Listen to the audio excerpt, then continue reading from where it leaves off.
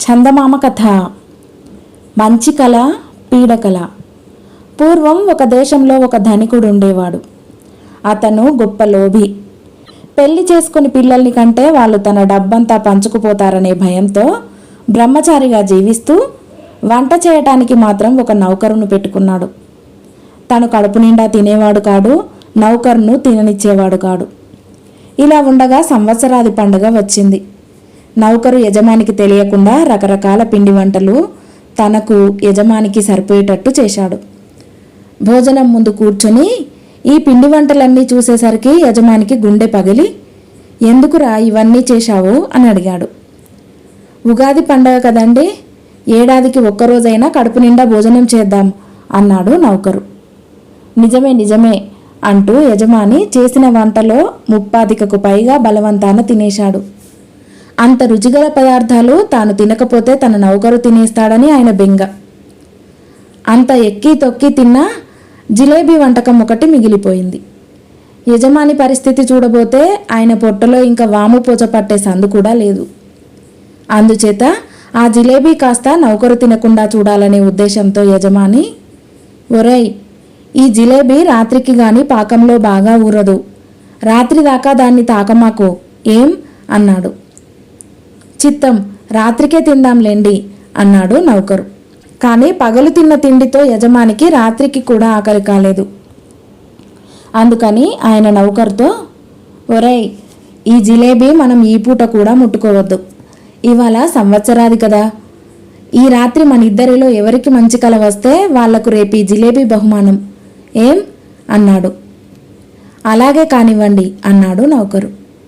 ఈ రాత్రికి ఆ జిలేబీ నౌకరు నూట పడకుండా చేస్తే రేపటికి తనకు కరకర ఆకలి పుట్టుకొస్తుందని, మంచి కల వచ్చినట్టు చెప్పి తానే ఆ జిలేబీ తినేయవచ్చునని అనుకొని యజమాని వెళ్ళి పడుకొని నిద్రపోయాడు. యజమాని గురక చెవిని పడగానే నౌకరు వంట ఇంట్లోకి వెళ్ళి జిలేబీ యావత్తు అరగించి పాకం శాంతం తాగేసి తాను కూడా వెళ్ళి పడుకున్నాడు. మర్నాడు నిద్ర లేచేసరికి యజమానికి మామూలుగానే ఆకలి అయినట్టు తోచింది. ఆయన నౌకరును పిలిచి, ఏంరా, రాత్రి నీకేం కల వచ్చిందేమిటి అని అడిగాడు. ఎందుకు అడుగుతారులేండి, వట్టి పీడకల అన్నాడు నౌకరు. యజమాని ఆనందించి, నాకెంత గొప్ప కల వచ్చిందనుకున్నావు, రాజుగారు నాకు తన కుమార్తెనిచ్చి పెళ్లి చేసి పట్టాభిషేకం చేశారట. పక్కన దాసీలు వింజామరలు వీస్తున్నారు, కొలువు తీరి ఉంది, ఎదుట నాట్యకత్తెలు నృత్యం చేస్తున్నారు. ఎంత వైభవంగా ఉందని, ఇంతకీ నీకు వచ్చిన కల చెప్పావు కావు అన్నాడు. నౌకరు దిగులు ముఖం పెట్టి, అయ్యా, కన్ను మూషానో లేదో కాళికమ్మవారు గభీమని నా ఎదుట దూకి సింహగర్జనలు చేస్తూ, ఓరి, వంట ఇంట్లో జిలేబీ వెంటనే తింటావా, పీక నులిపయ్యనా అని అదరగొట్టింది. నాకు ముచ్చెమటలు పోశాయి. అమ్మా, ఆ జిలేబీలు నేను తినకూడనివి. నా యజమానికి నాకు ఒక ఒప్పందం కుదిరింది. ఎవరికి మంచి కల వస్తే వారు ఉదయమే ఆ జిలేబీలు తినాలి, కనుక నన్ను బలవంతం చేయక వదిలిపెట్టు అని ప్రార్థించాను. కానీ కాళికమ్మవారు నన్ను వదలలేదు.